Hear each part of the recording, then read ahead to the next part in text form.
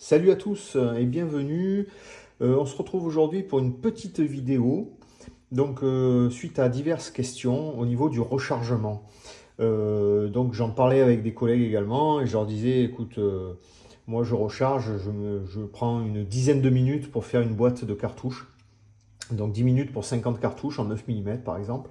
Et il trouvait ça assez incroyable. Il disait, ouais, c'est quand même pas mal. Qu'est-ce que tu as comme machine? Tu dois avoir une grosse machine, etc. Je dis, non, non, je fais 50 cartouches en 10 minutes avec une monostation.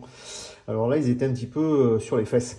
Alors je vous explique, quand j'ai choisi ma presse, en fait, des presses pour faire des cartouches de rechargement, il y en a des tas. Et il y en a un peu pour tous les budgets, hein. Et donc je vous cache pas que j'avais au début, je lorgnais sur la Dillon 750 parce que c'était une machine qui était vraiment sympa. Tout équipé, il faut compter aux environs de 1500 euros avec le distributeur d'ogives, de douilles, etc. Là, on a une capacité de 800 cartouches à l'heure. Hein, donc ce qui est énorme. Et après, petit à petit, en dégressif, on va tomber sur des presses qui sont relativement moins onéreuses et qui, à mesure, font de moins en moins de cartouches. Donc le but, c'est de par rapport à ses besoins. Donc pour une fois, j'ai été un petit peu attentif à ce point-là. Et je me suis rendu compte que je n'avais pas besoin de faire 800 cartouches à l'heure. Parce que, en fait, 800 cartouches à l'heure, ça veut dire quoi? Je vais acheter une machine 1500 euros, je vais faire 800 cartouches en 1 heure. Et après, je vais la laisser dans un coin pendant X semaines. Parce que 800 cartouches, je ne vais pas les tirer en un week-end. On est d'accord. Et donc, du coup, avec tous ces calculs, je me suis aperçu qu'une monostation, que j'avais déjà, en fait, parce que je rechargeais en monostation pour l'arme longue. Donc, j'ai dit, je vais commencer avec ça et je verrai ce qu'il en est. Hein, je suis toujours à temps de réinvestir dans une machine un petit peu plus performante. Et je m'aperçois quand même que je fais 50 cartouches en 1 heure, en 10 minutes, excusez-moi.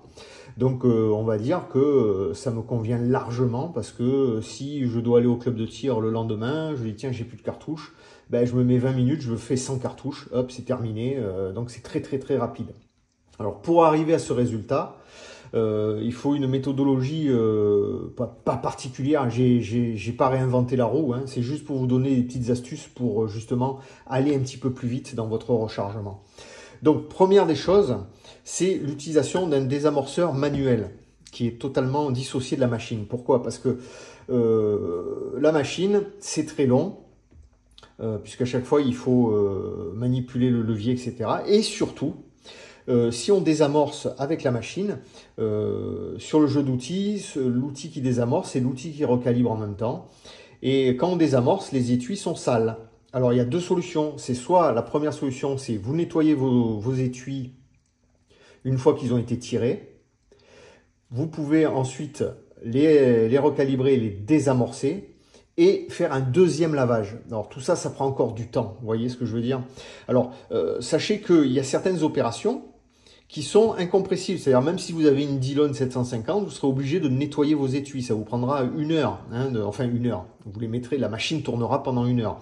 Donc il y a des opérations qui sont parallèles. Et donc le but, ce qu'on va voir aujourd'hui, c'est de travailler par batch. Alors je vais vous expliquer à quoi ça correspond et vous allez de suite comprendre l'avantage. Donc pour en revenir au désamorceur manuel, l'avantage c'est que on n'a pas à manipuler la machine. Vous pouvez vous mettre sur la terrasse, vous pouvez vous mettre devant la télé, vous pouvez vous mettre n'importe où. Donc vous allez travailler sur vos étuis sales, donc vous n'allez pas encrasser votre presse. Donc ça c'est très important. Et donc du coup, vous n'allez pas faire de lavage de l'étui sale. Donc ça ce sont des étuis, vous voyez un peu comme c'est bien crade, des étuis qui ont été tirés, ils ont été ramassés et je les ai passés avec la machine, je les ai tous désamorcés. Donc tout ça, je mets dans un carton. Voilà, avec un D, pour moi, c'est un petit indicateur, c'est qu'ils ont été désamorcés. Donc, je sais que là-dessus, tous les étuis sont désamorcés. Une fois qu'ils ont été désamorcés, donc je peux les nettoyer. Donc là, je vous renvoie sur la vidéo que j'ai fait précédemment, un coup de tumbler humide avec les billes céramiques, un petit peu d'acide citrique en poudre, une lichette de pec vaisselle, enfin de liquide vaisselle, et ça ressort nickel, hein, ça ressort, là je regardez, voilà, hein, regardez l'intérieur de la douille, il est neuf, et le puits d'amorce, il est neuf également, hein, donc vous voyez que c'est vraiment nickel de chez nickel, il n'y a pas de souci là-dessus. Une fois que c'est nettoyé, je sors tout ça, je trie, je fais sécher, alors soit au soleil, soit je finis éventuellement avec un sèche-cheveux, ça va très très vite, ça prend quelques minutes. Une fois que tous mes étuis sont secs, je les mets dans un petit carton, les étuis, bon là je l'ai pas sur moi, puisque là les étuis qui sont là, ce sont des étuis, vous voyez, avec un petit R, donc qui ont été recalibrés. Donc on imagine qu'à côté, j'ai les étuis qui viennent d'être lavés. Je monte sur ma machine, sur ma presse mono-outil, je monte l'outil désamorceur recalibreur et je passe mes étuis un par un. Plaf. Alors là, ça prend, je ne vais pas dire une seconde par étui, mais c'est d'une rapidité extrême puisque en plus, il n'y a même pas à désamorcer. Donc je monte, je descends, clac, je monte, je descends, clac, je monte, je descends et je les mets dans un carton à part. Donc tous ces étuis-là, ils ont été nettoyés, recalibrés. On est d'accord? Donc ça c'est fait. Donc vous voyez que je travaille sur des quantités assez importantes. C'est des batchs en fait. Hein. Je nettoie 200, 250 étuis. Je les fais sécher, je recalibre 200, 250 étuis et ainsi de suite. Hein. Ça me fait un stock. Ensuite je passe, alors là bon, je fais pas de la pub, hein, c'est pas du placement produit, ne vous inquiétez pas. Donc j'ai une petite boîte avec écrit RE, alors pour moi ça veut dire recalibrer, évaser, d'accord? Donc parce que vous savez très bien comme moi que, voilà, si on prend un étui qui a été uniquement recalibré, et ben on se rend compte que, vous voyez, l'ogive, la balle a du mal à rentrer dedans, elle est juste, voilà, elle bouge vachement à l'intérieur. Donc je sais qu'il y en a qui ne le font pas, moi je préfère évaser mes étuis. Donc là, quand ils sont recalibrés, évasés, on se rend compte que, voilà, la balle est prête à être, on va dire, enfoncée à l'intérieur. Vous voyez, c'est vraiment plus... Enfin, pour moi, c'est quand même un meilleur travail. Donc là, pareil, donc on met sur la machine l'outil évaseur. Hein, donc l'outil évaseur, c'est celui qui vous sert à mettre la poudre. Hein, mais bon, là, vous mettez que l'outil évaseur. Et vous prenez et clac, on monte, on descend, on monte, on descend, on monte, on descend. Donc on arrive à en faire des quantités assez importantes en quelques minutes. Donc là, vous voyez, ça c'est une petite réserve. Il y a environ 350 étuis dans une boîte comme ça. C'est ma réserve d'étuis recalibrés, évasés. Et enfin, là, j'ai recalibré, évasé, amorcé. Donc ça veut dire quoi? Ça veut dire que là, ce sont des étuis qui sont recalibrés, qui ont été évasés et qui sont amorcé. Donc pour l'amorçage, pareil, je vais utiliser un amorceur manuel.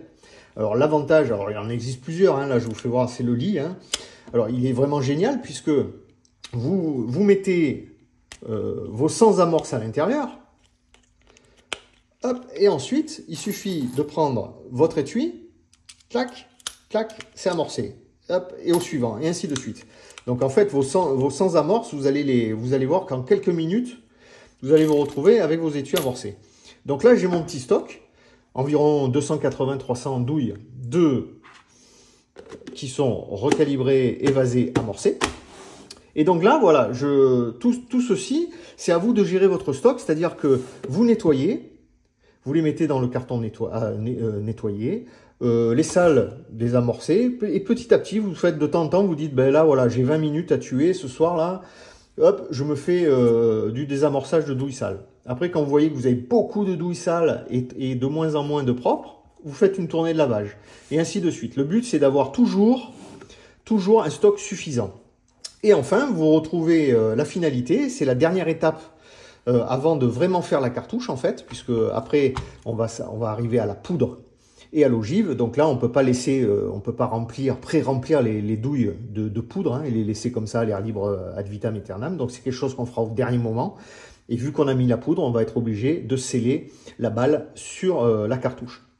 Donc, une fois dans cette situation-là, quand vous avez votre petit stock de toute la douille dans son parcours de la douille tirée, désamorcée, nettoyée, recalibrée, évasée, amorcée, tranquille, et bien si là j'ai envie de faire 50 cartouches pour aller faire une petite séance de tir avec un pote, je prends ma boîte recalibrée, évasée, amorcée, je prends mon plateau de rechargement, hop, ma dosette, tac, tac, 1, tac, tac, 2, tac, tac, 3, ainsi de suite. Donc là, vous comptez en faisant les vérifications nécessaires, hein. Donc surtout vous vérifiez la première cartouche, la charge, pour voir si votre dosette n'a pas bougé. Alors moi j'utilise qu'une dosette par calibre, ça fait que du coup je sais que je ne la bouge jamais. Donc on vérifie quand même la première charge, après éventuellement on vérifie au milieu de votre plateau de rechargement et une dernière à la fin. Donc tout ça pour dire que, allez, en prenant, il ne faut pas y aller à 200 à l'heure, c'est pas le but, hein. Donc en 5 minutes, vous avez fini de mettre votre poudre dans les 50 étuis, il n'y a pas de souci. Donc bien visuellement, vous allez vérifier qu'elles ont toute la poudre. Alors sur du 9 mm, c'est très simple. Pourquoi? Parce que visuellement, on voit qu'il y a la dose de poudre. Si vous mettez une double dose, ça va déborder. Si vous n'en mettez pas, vous allez le voir de suite. Donc un petit contrôle visuel, il n'y a pas de souci. Et ensuite, vous mettez l'outil pour siéger la balle et faire le petit sertissage. Et donc là, vous avez votre plateau avec vos 50 douilles chargées de poudre. Hop, on met là, tac, on passe à la machine, clac, clac. Hop, on prend la suivante, clac, clac. Donc tout ça pour dire que ça prend également en y allant tranquille, hein, pas à peine d'y aller comme un sauvage, puisqu'on risque de se pincer les doigts. On met 5 minutes également. Donc en fait, on met 10 minutes, une fois qu'on a fait ce petit stock-là. Donc ce petit stock-là, au début, c'est clair que si on part de zéro, on met un petit moment, mais après, il suffit d'entretenir. Voilà, donc ben là je vais... bon, là, je mets deux boîtes de pleine, donc je vais pas aller plus loin, mais j'ai des douilles qui viennent d'être nettoyées, qui sont en cours de séchage. Donc après, je vais les recalibrer, ça va me remplir ce carton-là, et petit à petit, vous faites les vases communicants. Quand vous voyez, si vous rechargez, là, si vous faites une centaine de cartouches, et ben après, vous allez, par exemple, prendre une plaquette d'amorce pour en amorcer une centaine. Hein, voilà, et ça va basculer ici. Là, ça va faire un trou, vous allez prendre les recalibrer, vous allez les évaser, vous allez les mettre là-dedans. Donc à chaque fois, c'est des petites opérations qui vous prennent quelques minutes et qui vous permettent d'avoir en réserve, là, il y a à peu près 300 douilles qui sont recalibrées, évasées, amorcées, qui attendent juste poudre, amorce. Et donc, du coup, vous avez un débit qui se situe sans forcer à 50 cartouches toutes les 10 minutes. Hein. Donc, ça reste relativement efficace. Et avec une monostation, donc du coup, même pour la personne qui n'est pas équipée, qui veut s'équiper, et qui tire, on va dire, c'est sûr que si vous faites du TSV, vous me dites, moi je tire 1000 cartouches par semaine, je vais pas vous dire de faire vos cartouches à la monostation, c'est évident. Mais je parle pour la majorité des tireurs. On tire, moi j'y vais, on va dire, assez régulièrement. J'y vais au minimum une fois par semaine. Je tire 50, 100 cartouches. Et vous voyez le stock que j'ai. Je veux dire, à tout moment, j'ai toujours déjà un stock de munitions qui sont prêtes à être tirées. Donc je suis pas forcé de dire ben, demain je vais tirer, j'en fais vite. Non, non. Je prends dans mon stock et après, détendu, ouais, ben là j'ai pris 100 cartouches, je vais en faire 100, 20 minutes. 20 minutes terminé. Donc c'est le but de cette vidéo. Voilà, c'était pour vraiment vous dire que si vous partez de la douille sale et que vous voulez terminer sur une boîte pleine, vous allez y passer énormément de temps. Pourquoi? Parce que déjà, il y a le désamorçage, il y a le nettoyage. Un nettoyage de douille, ça va vous prendre, on va dire, 1 heure. Il y a le séchage, tout ça. Donc tout ça mis bout à bout, vous allez y passer une éternité. Sans compter qu'après, une fois que la douille est propre, il va falloir recalibrer, évaser, mettre la poudre, mettre l'olive, sertir, etc., amorcer, enfin bon, hein, tout ça. Donc, vous travaillez par batch, c'est-à-dire que vous faites des groupes. Hein. J'ai les sales désamorcées, les propres recalibrés, les recalibrés évasés et les recalibrés évasés amorcés. Et parti de là, c'est 10 minutes pour faire une boîte de cartouches. Donc, c'est très rapide. Donc, une petite attention juste pour le désamorceur. Donc, ça marche très très bien. Moi, je vous le conseille. Alors, il en existe plein. Ça, c'est un Frankfurt Arsenal qui fonctionne très bien. Que j'utilise également sur du 223. Il fonctionne sur tous les calibres. C'est un désamorceur universel, on va dire. Donc, attention aux douilles. Parce que j'ai eu un message d'un abonné qui m'a dit « Ça fait 2 fois que je casse l'aiguille de mon désamorceur. » Bon, lui, c'était carrément sur sa presse. Faites attention, il existe, là, j'en ai pas sous la main, forcément, des douilles où les vents, c'est le trou, hein, c'est où l'aiguille du désamorceur passe pour pousser l'amorce. Et trop petit, hein, je prends l'exemple des celliers Bello non tox, où l'aiguille ne passera pas, si vous forcez, vous cassez. Je prends l'exemple des cartouches Norma. Les Norma, les vents est trop petit aussi, donc ça passe pas. Donc, avant quand vous ramassez vos douilles, alors des fois on les prend par poignée parce qu'il y en a beaucoup, mais une fois arrivé à la maison, je vous conseille de faire un tri. Hein. Alors moi j'ai l'habitude maintenant, c'est-à-dire que je fais pas de tri, j'apprends et quand je mets dans le désamorceur, je sens que l'aiguille elle rentre pas dans le petit puits, donc c'est pas la peine d'appuyer et puis quand on appuie on voit que c'est dur. Donc surtout ne pas forcer, ça ne sert à rien. Hein. Donc ça il faut vraiment éviter de le faire.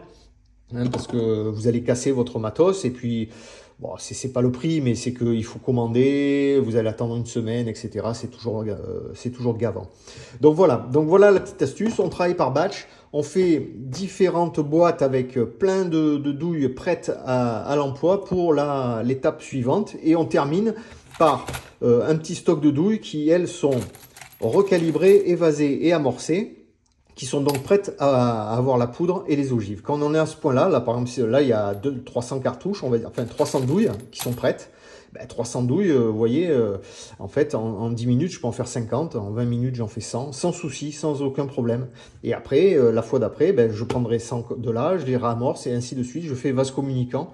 Et le but, c'est d'avoir toujours chaque bac qui est plus ou moins rempli. Avec ça, vous êtes tranquille, vous avez vraiment une capacité de faire des cartouches qui est très élevée et tout en investissant peu parce que bon moi j'avais déjà la mono outil, mais une mono outil Lee Bridge Lock Challenge ça coûte moins de 300 €, on va dire 300 €, 310 € et le jeu d'outils par exemple. Donc quand vous voyez que le coût d'une boîte de 50 cartouches varie entre 7 et 8 € en rapport du prix des ogives. C'est ce qu'il y a de plus cher, c'est l'ogive en fait. Hein. Ben on arrive presque à moitié, enfin en rapport de vous achetez vos cartouches aussi manufacturées, mais on arrive en grosso merdo à la moitié du prix. Hein, donc c'est relativement rentable. Et votre presse à 300 balles, vous l'avez amorti en 2-2. Donc 300 balles la presse, vous rajoutez un désamorceur, ça coûte, je sais pas, à partir de 50 €, vous allez trouver ça. Vous ajoutez un amorceur manuel, ça doit être dans le même ordre de prix. Donc voilà, quelques petites bricoles à rajouter, un pied à coulisses pour régler la hauteur. Et puis terminé quoi. Et après vous y allez, vous payez vos cartouches moitié prix et vous amortissez votre machine rapidement. Et en plus, après c'est tout paga puisque une fois que vous avez amorti, vous payez réellement. Ça vous revient moins cher aujourd'hui de tirer en 9 mm qu'en 22 long rifle, hein, pour donner un ordre d'idée, puisque 22 long rifle, si vous prenez des munitions, on va dire, plus que correctes, vous arrivez facile, vous dépassez les 7 €, hein, donc les hauts de gamme, vous dépassez les 20 €, donc voilà, donc ça coûte moins cher de tirer au 9 mm, et en plus vous gérez tous les paramètres, puisque vous rechargez, donc les quantités de poudre, le type d'ogive que vous utilisez, etc., etc. Si vous avez des questions, n'hésitez pas, pensez à vous abonner, un petit pouce, ça fait toujours plaisir. Et je vous dis à très bientôt pour une nouvelle vidéo. Bye bye.